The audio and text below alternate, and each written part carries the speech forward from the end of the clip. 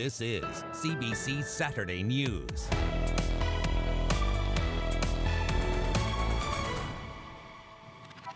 Good evening. I'm Marivelle Tarouk. More than 1 million people are expected to line the streets of Danforth Avenue for Canada's largest street festival. The Taste of the Danforth is in full Saturday swing. Large crowds have been forming since early this morning, actually, and that is where we find our Farah Morali with the best assignment of the day, I think, today. Farah, tell me you're doing some sampling. I am doing some sampling. Let's start with the food. I'm here at Sula's on the Danforth near Carla. I want you to take a look at what's on the grill behind me here. We're talking chicken souvlaki, pork souvlaki, pitas fresh out of the oven, getting some grilling right next to you. I'm actually joined by the owner of Sula's, Chris Christodoulo. Someone told me that this is the best Greek food on the Danforth. Is that true? Absolutely. How can I say no? How's the day been going? It has been going great. The sun is out. The people came, which is amazing. And actually, it's so family-oriented, this festival. I haven't seen so many strollers in my life, as many as I've seen today. So come down to the Danforth. Amazing fun, great family place. And of course, come to Sula's and enjoy. I can attest by the smell coming out behind me that you should be trying the food here at Sula's. I want to give you a shot of the crowds here. It's been a busy day. As you can see, the crowds have been piling up since early today. We've been here since about 12 this afternoon. It is the day 2 of the festival, which is now in its 26th year. There's not just food, there's music, there's crafts, there's people, there's dancing, but of course the food is what everyone's been talking about today. Now, Farah, you know, the mood is pretty celebratory. Tons of people have come out. But also, you know, it's been a pretty tense week when it comes to violence in this city. And considering how big those crowds are, what do we know about security at this event? So we did reach out to Toronto Police about that. They wouldn't tell us what sort of added security measures have been brought in place for this festival. They generally don't share contingency plans for major events like this. But we did have a chance to speak to the organizers of this festival.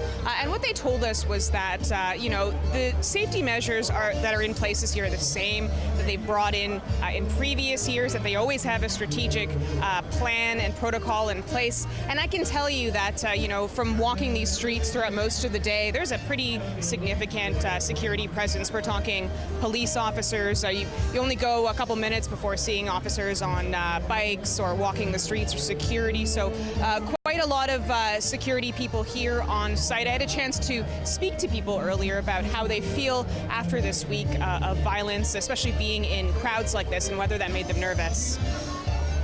I think Toronto's generally pretty safe. There's always a few crazies out there, but what are you going to do? You know, you can't hide in your house. We see police presence. That's plenty good for us. I feel super secure. They have... We were scared at first. We were scared at first because it is Toronto, but then there's so many guards around here. You just feel nice. I'm okay. I don't focus on, not that it doesn't happen, but I believe that when you go with a mind of peace, you're okay. It's when you get conscious of the what ifs, that's when you don't get to enjoy yourself. Don't worry about that. Can't worry about stuff like that, right? Just come to work and do what you do. So Marivelle, as you saw there, it's really just business as usual here. People doing what they want to do here, which is to celebrate and really just enjoy the weekend. Which is great, because this is a classic Toronto event. Thanks for this, Farah. You're welcome.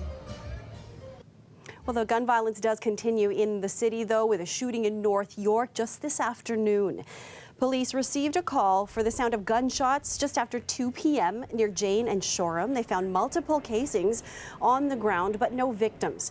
Witnesses told police there were children at the park at the time, but police haven't been able to confirm that. And earlier today, challenges are always to obtain witnesses and try to find out who saw what and what they have to offer us. So if anybody does have any information, we ask that they do come forward with that. police were called to the Embassy Suites in Etobicoke at around 1:30 this morning. They found a 30-year-old man with several gunshot wounds.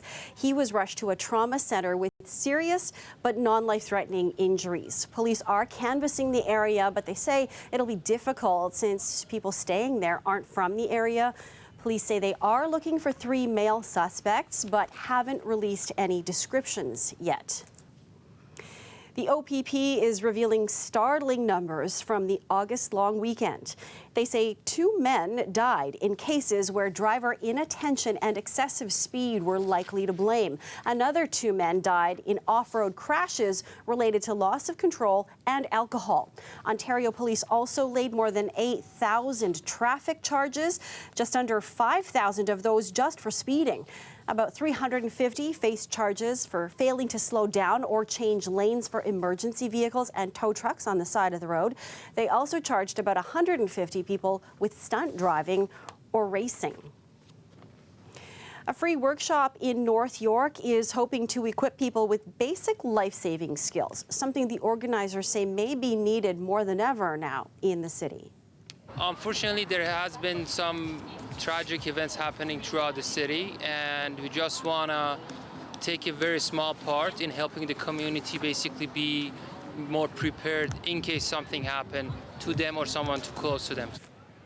The event is called Train the Next Hero. It aims to raise awareness about emergency preparedness. Stations offer a chance to learn and practice different first aid and CPR skills. The organization is planning on running this event every year. The Toronto Humane Society sent out a desperate plea over social media after a 10-month-old puppy named Milo was stolen from the shelter yesterday. This is something that is uncommon, and in light of it, we will be reviewing all of our security processes and protocols so that we can find any gaps that were missed in this situation to prevent it from ever happening again in the future. The agency is asking for the public's help to find the yellow lab hound mix. They say the suspect showed up at the shelter on Thursday, was aggressive with staff, and was escorted off the property. He allegedly returned the next day wearing sunglasses and a hat and stole Milo from his kennel.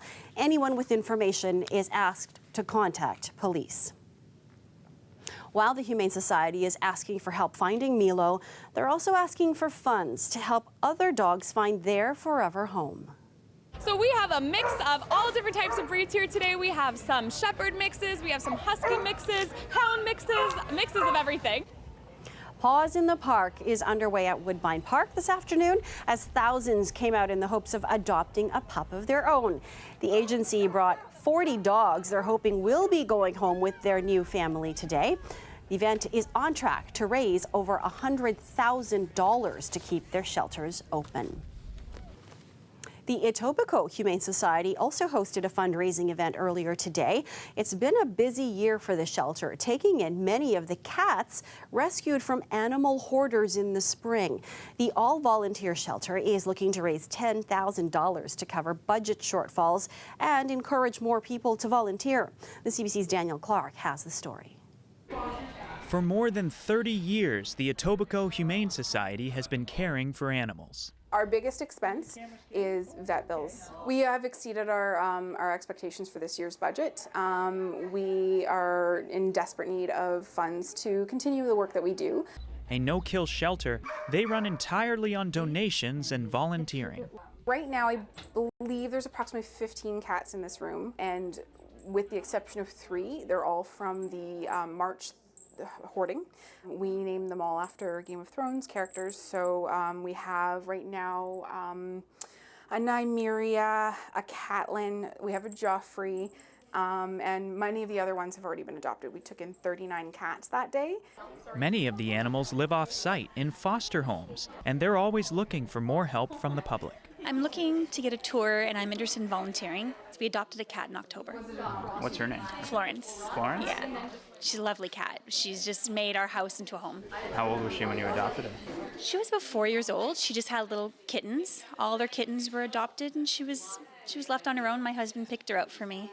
Paul and Vanessa believe that deciding to adopt older pets is a good choice, too. Some of the reasons that people think they want a brand new animal, like, it just doesn't necessarily mesh with what they actually would suit their lifestyle. Often you can get the most satisfaction out of helping someone out, and that goes the same for animals. Pets like this 8-year-old bulldog. So what's her name? Daisy. Uh-huh. And where's Daisy from? Daisy was a surrender from a home. Hang on, I'll get you some of this. I'll get you some of this. There you go. Wow, this dog's hungry, eh? I love dogs. Others are rescued from afar, like Trooper, a 6-month-old lab mix from Manitoba. We did an emergency surgery, I think, last weekend to repair the damage to his leg. If you're looking to provide a forever home, the shelter wants a good fit. We try and tailor the home to the dog's needs. Is it a super active dog? We want a family that's going to go hiking and long walks and dog parks. Is it a more low-key dog? Does it, can it be okay for a condo? When in doubt, we try and go with a home that's going to be best suited for the animal. A record year for adoptions, donations go to much-needed care and to recruit new volunteers. Daniel Clark, CBC News, Toronto. Well, it is a beautiful summer day out there. So let's take our first look at the weather with Matt DiNicolantonio. I'm hoping for more of this, Matt.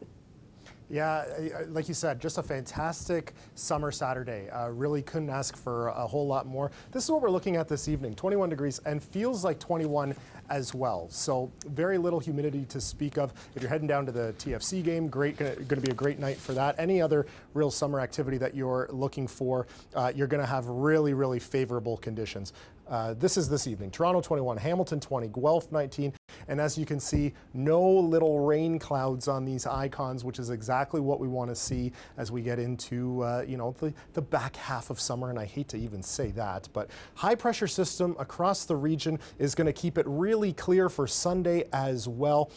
Really far north of us, that's where we might see a little bit of rain, but for the GTA, not going to be a concern at all in terms of your Sunday forecast. And again, sun everywhere. This is when you wake up mid-teens, a little bit cooler than what we're used to for the last few weeks. But as we get later into the day, if you're going down to the Jays game or the Rogers Cup, we've got the final of that as well. Really great temperatures and around the GTA as well. So not just for Toronto. And very little rain, like I said, really nothing to ruin your Saturday or Sunday. Might have some creeping in earlier in the week, but we'll talk about that in just a little bit. Okay, we'll see you in a bit then. Thanks.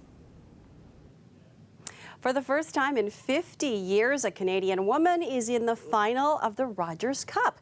19-year-old Mississauga native Bianca Andreescu pushed through her match today, taking it in 2 sets. Our Greg Ross is live at the Aviva Centre, has been there all day. Greg, what a day for the young Canadian. This has just been an incredible day. The emotion here, the buzz around the Aviva Centre here. People are so excited that a Canadian has had so much success here this week at this tournament. And you mentioned a drought that lasted a half a century has now been broken as Andreescu advances to the final. The first time since 1969 that somebody was able to do this. And she was so emotional afterwards, after getting that victory, finally falling to her knees with her face buried in her hands. She said it was just an incredible moment for her. She said she was facing so many nerves in those final moments of that match, realizing the magnitude of what was potentially about to happen. And she said she had to get those nerves in check. Here's what she said immediately after the match. I've been through so much the last 2 months. All I can say is that I'm just so happy to be back on court right now. My shoulder's good. I'm in the finals of the Rogers Cup. Life's freaking amazing. Wonder, it's amazing. But Greg, everyone wants to know who she's going to face off against in the final tomorrow. Yes, still reeling after that victory, beating Sophia Kennett of the United States, but it's another American that she could potentially have to face in that final tomorrow. And that American is on the court right now. It's Serena Williams, who's playing her match right now against Marie Boskova of the Czech Republic. Now, Serena Williams, a 23-time Grand Slam champion. She's a 3-time champion here in Canada. And after her match today, Andreescu talked about just how amazing it would be to face somebody who is a legend in the sport. And that may actually happen. We'll find out in just a few hours, Maribel. All right, we know you'll be there to cover it all. Thanks so much, Greg. What's happening right now is unprecedented, and the world isn't talking about it. There's nothing coming out of Kashmir. There's a complete blackout. This is the time for the international community to wake up. With tensions escalating between India and Pakistan, Kashmiri Canadians are gathering in protest. The jointly claimed area is now in a security lockdown, and some say they can't reach their loved ones. We'll take you to an event at Young Dundas Square coming up.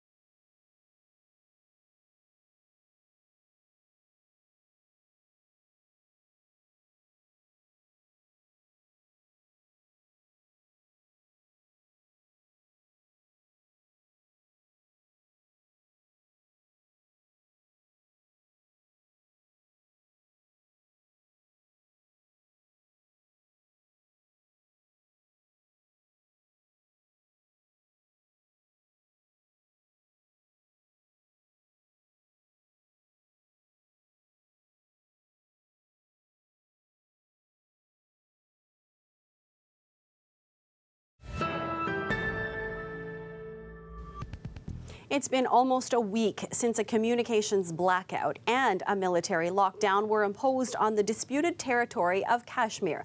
As a result, family members around the world have been unable to reach their loved ones in the region, and frustrations are growing. But today, Toronto's Kashmiri community and its supporters held a protest in hopes to bring attention to Kashmir. CBC's Kelda Yoon reports. We want freedom! The population of Toronto's Kashmir community, like in the rest of Canada, is small. But this afternoon, their voices were mighty. Farhad Butch has lived here for 20 years, but most of his family is still in Kashmir. The last time I talked to my parents was last Sunday, and there was a lot of panic. He too is feeling increasingly anxious. My parents need medicines. I'm not sure whether they have that. People have no supply of food, no supply of medicines. People are stuck there, and we do not really know exactly what is happening.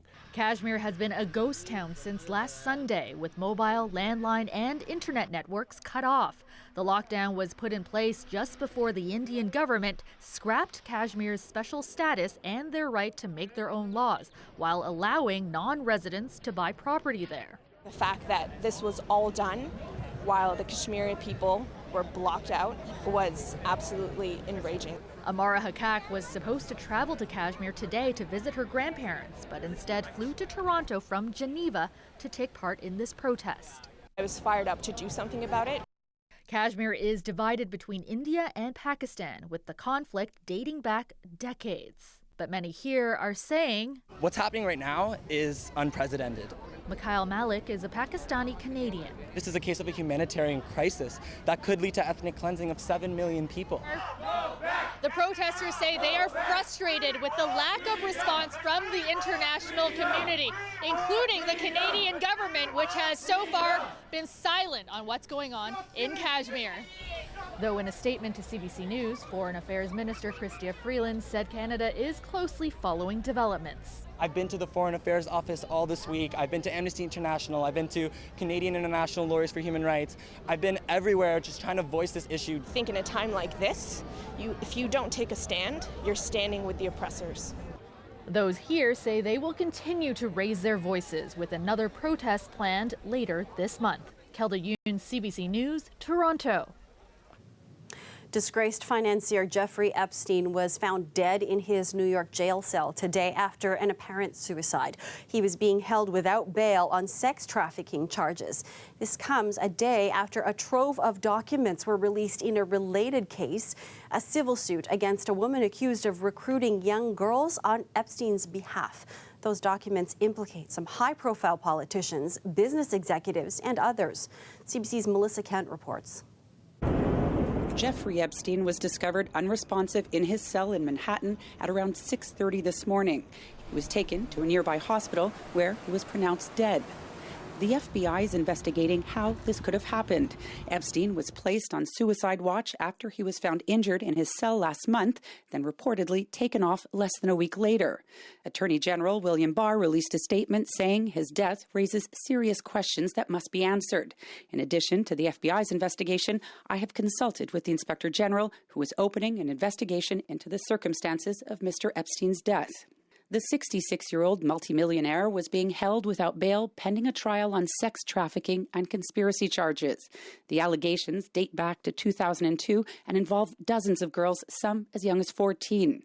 Epstein avoided similar criminal charges in 2008 after Miami prosecutors brokered a plea deal which led to the recent resignation of Labor Secretary Alexander Acosta, who was leading the U.S. Attorney's Office in Miami at the time. Florida Senator Lauren Book pushed for an investigation into the handling of that case. She's pleased there will be a probe into the circumstances of Epstein's death. And really devastated for these survivors who now will not have the opportunity to face this monster and the monster of their nightmares in court, to have their day to face him. But the lawyer for the victims says civil cases against Epstein's estate will go ahead. Lisa Bloom is asking for a freeze on all his assets. She says the women she represents have had their lives shattered and deserve full and fair compensation. Melissa Kent, CBC News, New York.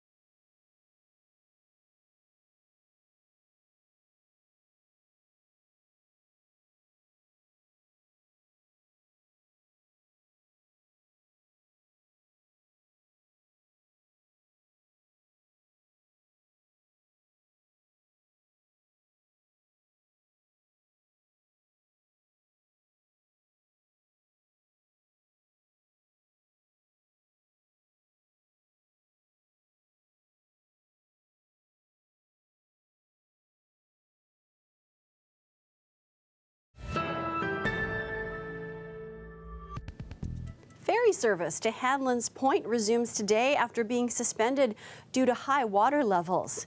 And dozens took advantage of the service this morning. Officials shut down the ferry in May when Lake Ontario reached record high levels. Hanlon's Point dealt with the brunt of the flooding, and although it's open now, officials are still cautioning visitors to be wary of shorelines. Hanlon's Point Beach will also remain unsupervised, so that means lifeguards won't be on duty. Still a perfect weekend to hit the beach. Let's check back in with Matt DiNicolantonio with another look at the weather. You're saying we're going to hold here for at least a couple of days, Matt. Yeah, this is what we've got today. Really going to last definitely through till tomorrow, possibly and likely in until Monday as well. This is what you're looking at tomorrow morning when you wake up. 16 degrees, a little cooler than what we've had in the morning for the last few weeks, but really comfortable. If you're a morning runner or a morning walker, anything like that, those are pretty much perfect conditions for you. Likely won't need a jacket as you head out the door. High pressure system over the region is going to keep things stable and settled for the next couple of days. Look at this. Normally, we see a cold front coming through or this green indicating precipitation, but really nothing in the area. This is through till tomorrow evening. It's going to change a little bit as we move forward through the week, and you look at our wind gusts as well. This is really not too significant either, and I'll play this forward. You know, the mid-20s into the 30s, that's really not too much in terms of wind, so it'll just be a nice sort of calming breeze that is out there, so really comfortable for you on your Sunday. This is a more widespread look at our Sunday morning, really mid-teens for much of the GTA, and as we get into the afternoon, a lot of great summer activities around the city of Toronto and the region as well, and we're going to have picture-perfect conditions, maybe a little bit of cloud cover, but that'll be good to help sort of stave off the negative effects of the sun. As we move forward into the week, we do see this cold front passing through, but again, as you see, not too much popping up in terms of precipitation. We may see it Monday into Tuesday, and as we get later into portions of the week, Tuesday, again, possible for some areas, but about 40 on Tuesday, a little bit higher on Wednesday, as we see in our 7-day for Toronto. By the time we get to next weekend, going to look nice once again. Okay, thanks a lot, Matt. Thank you. And that's our show for you tonight. We're going to leave you with more of the sights and sounds from the Taste of the Danforth this evening. Have yourselves a great night, everyone.